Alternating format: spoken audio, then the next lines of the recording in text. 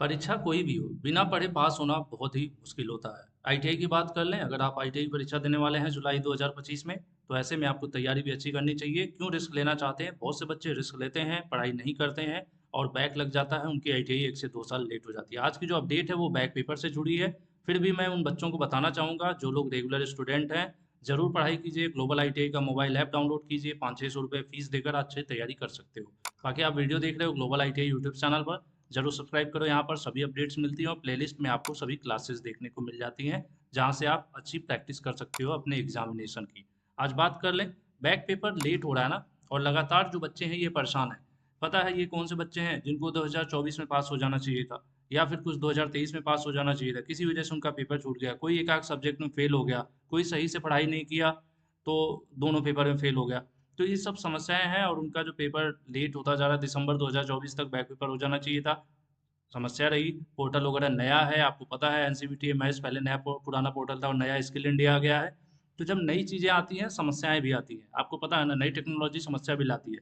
तो ये जो पोर्टल है, कुछ दिन पहले मैंने ग्लोबल आईटीआई यूट्यूब चैनल पर ही बताया था, और यहाँ पर सिर्फ आपको न्यूज़ अपडेट या खबरें इस तरह की नहीं मिलती हैं। यहाँ पर प्रैक्टिकली मैं आपको बताता हूँ सही में जो पोर्टल सच में आईटीआई का कैसे होता है। देखिए जो मैं है ना आईटीआई कॉलेज का पोर्टल लॉगिन करके आप लोगों को दिखा रहा हूँ कि बेहतर तरीके से समझा सकूँ। कुछ दिन पहले जब मैंने बताया था कि प्रैक्टिकल वगैरह के लिए, जो सीबीटी वगैरह के लिए बैक पेपर जो बच्चों का है उनको अलाउ करना है, वो ओपन हो चुका है। तो सप्लीमेंट्री वाले ऑप्शन में ओपन था और आईटीआई कॉलेज के द्वारा अलाउ भी किया गया। अब अलाउ करने के बाद जो बच्चे जिनको हमने अलाउ कर दिया उनकी लिस्ट दिखाने लगी, एलिजिबल फॉर करंट सेशन। इसमें किसका दिखा रहा था? बैक पेपर वाले बच्चों का।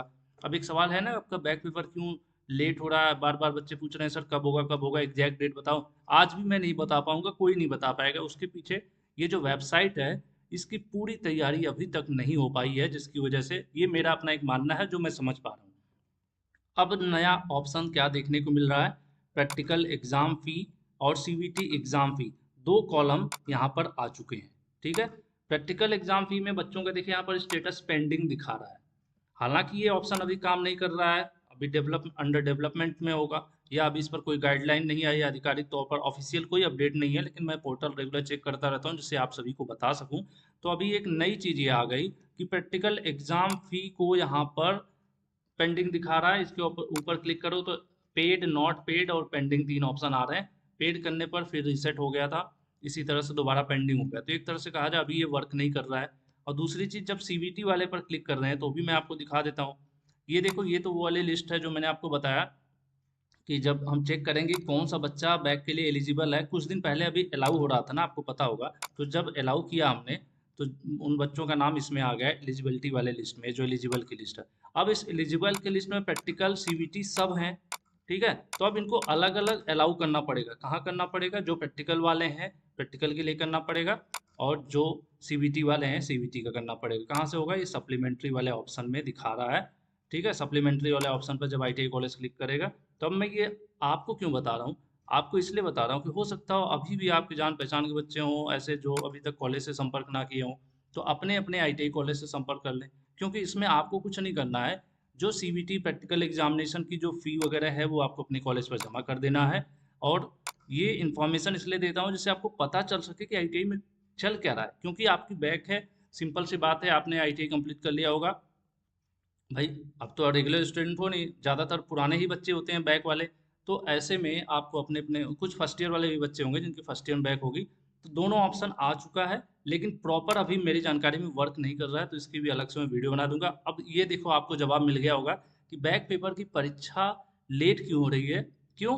क्योंकि ये जो कार्रवाई है ना, अभी ये सब जो प्रोसीजर्स हैं ऑनलाइन जो होना है, ये अंडर डेवलपमेंट है। यानी अभी इस पर काम चल रहा होगा, वेबसाइट को डेवलप किया जा रहा है। जब तक ये प्रॉपरली सब कुछ कंप्लीट नहीं हो जाता, कि अलाउ भी हो जाए, प्रैक्टिकल फी जमा हो जाए, फिर एडमिट कार्ड जनरेट करने लगे वेबसाइट, जब तक ये काम आसानी से अपने समय से और सही तरीके से नहीं होगा, तब तक हम जो डेट है एग्जैक्ट आपको भी नहीं बता पाएंगे, तो इसलिए बोर्ड भी नहीं बता रहा है ना। आपने देखा होगा इतना लेटर जारी हुआ, लेकिन किसी में परीक्षा की डेट का निर्धारण या जानकारी नहीं दी गई। तो अभी आपको इंतजार करना है जब तक ये चीज़ें क्लियर नहीं हो जाती हैं। बाकी ये जो अपडेट दे रहा हूँ कोई ऑफिशियल नहीं है, मैं रेगुलर विजिट करता रहता हूँ, तो अभी ये नया ऑप्शन दिख रहा है तो मैंने आप लोगों को बता दिया। और जैसे ही अपडेट आएगा कि भाई किस दिन होनी है, कैसे होना है, इवन पेमेंट कैसे होगा, ये सारी जानकारी मैं दूंगा। ठीक है, आपको चैनल सब्सक्राइब कर लेना है, बेल आइकन प्रेस कर लेना है, और उसके पहले वीडियो चेक कर लीजिएगा।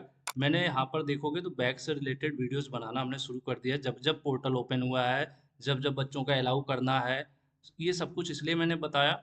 अब देखिए, 2 वीक एगो, 2 सप्ताह पहले मैंने ये वीडियो बनाया था कि जो पोर्टल है ये ओपन हो चुका है बैक पेपर एग्जाम का, है ना।